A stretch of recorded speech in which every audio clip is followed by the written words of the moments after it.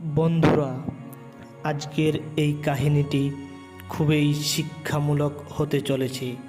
আমার সম্পূর্ণ বিশ্বাস যে আপনাদের এই কাহিনীটি খুবই ভালো লাগবে।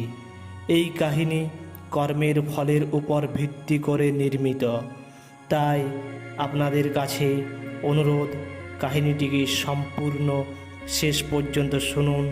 চলুন শুরু করা যাক। কাশীর কাছে এক বিশাল জঙ্গল ছিল এবং সেই জঙ্গলে একটি গাছের উপরে একটি বানর পরিবার বাস করত। ওই পরিবারে একজন বৃদ্ধা অন্ধ বানরী ও তার দুই ছেলে থাকত। দুই ছেলেই মন প্রাণ দিয়ে মার সেবা যত্ন করত। বড় ছেলে খাদ্য সংগ্রহের জন্য চলে গেলে ছোট ছেলে মার কাছে থাকত, আর ছোট ছেলে চলে গেলে বড় ছেলে থাকত।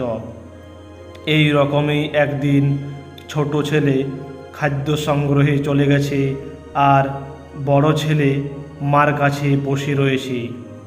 হঠাৎ সে দেখতে পেল যে একজন শিকারী তীর ধনুক দিয়ে তার মাকে হত্যা করার চেষ্টা করছে।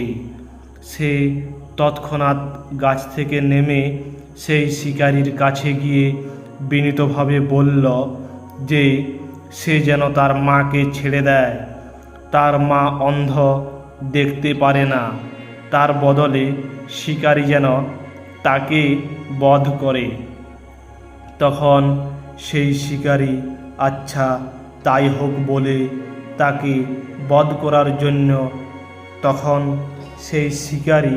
আচ্ছা তাই হোক বলে তাকে বধ করে।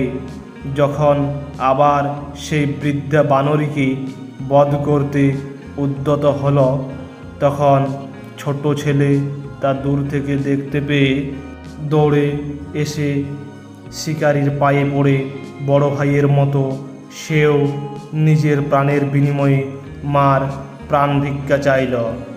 এবারেও সেই লোভী নিষ্ঠুর শিকারী আচ্ছা তাই হোক বলে প্রথমে তাকে বধ করে, তারপর বৃদ্ধা অন্ধ বানরীকে বধ করল।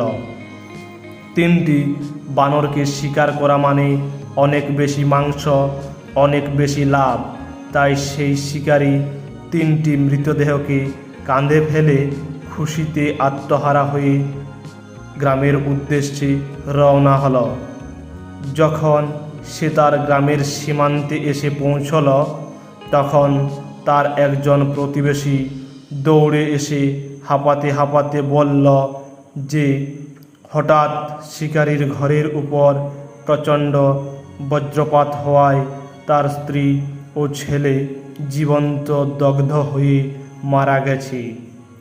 হঠাৎ বজ্রপাতের মতোই এই মর্মান্তিক কথাগুলো যখন শিকারীর কর্ণকুহরে প্রবেশ করল, তখন সে কাঁধের মৃতদেহের বোঝা টোঝা সব ফেলে দিয়ে হাউমাউ করে কাঁদতে কাঁদতে তার ঘরের দিকে ছুটে চলল। আর ঘরে প্রবেশ করার মুহূর্তেই একটি প্রচণ্ড বজ্রপাতে সেও মারা গেল।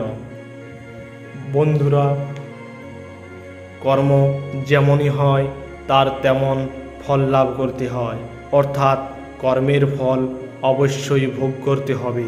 যদি ভিডিওটি ভালো লেগে থাকে তাহলে অবশ্যই একটি লাইক করবেন, কমেন্ট করে আপনার মতামত জানাতে ভুলবেন না এবং এরকম আরও সুন্দর সুন্দর ভিডিও পেতে আমাদের চ্যানেলটা সাবস্ক্রাইব করে বেল আইকন অন করে রাখবেন।